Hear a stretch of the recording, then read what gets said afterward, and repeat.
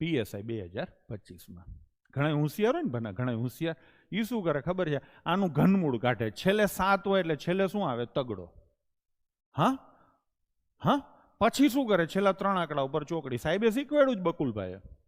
12 એટલે શું આવે? 23.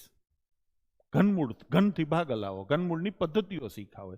અને 841 નું વર્ગમૂળ તો કે આ તો મને મોઢે આવડે છે, 29 થાય. અને પછી શું કરે? 9 તેરી 27 એટલે 7. સારું જ કર્યું છે તો હું એમ નથી કહેતો. કાયદેસર ઘનમૂળો કાઢે ને કાયદેસર વર્ગમૂળો કાઢે એવા મૂળા જેવા કામ તો તમે નથી જ કર્યા. તમે સારું જ કર્યું છે.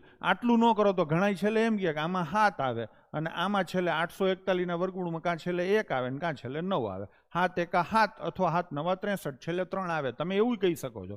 પણ હું એમ કહું છું કે આ સંખ્યા કેવી છે જુઓ. તમે નિરાત થોડીક રાખો ને તમને એમ સાહેબ પણ પરીક્ષામાં એટલો ટાઈમ નથી મળતો. ટાઈમ બધોય છે. ઘરે પ્રેક્ટિસ કરી હોય તો આઈડિયાઓ ઓટોમેટિક જનરેટ થાય છે અને વિચારવામાં વાર નથી લાગતી, વાર લાગે છે ગણવામાં. તમે ગણવા પાછળ દોડો છો ને એટલે વિચારતા નથી. મને એટલી ખબર પડે કે આ એકી સંખ્યા છે ને આ એકી સંખ્યા છે એટલે ગુણાકાર બેયનો એકી જ થાય તો પાક્કું છે. બે એકી સંખ્યાનો ગુણાકાર આ ખબર હોવી જોઈએ, સામાન્ય બુદ્ધિ.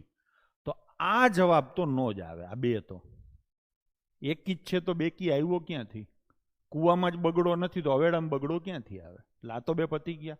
હવે બીજી વાત, આ 665 જુઓ એટલે તમને સીધું તમારું ધ્યાન છે ને પાંચડા ઉપર જાય જ છે. પાડો જોઈને હા.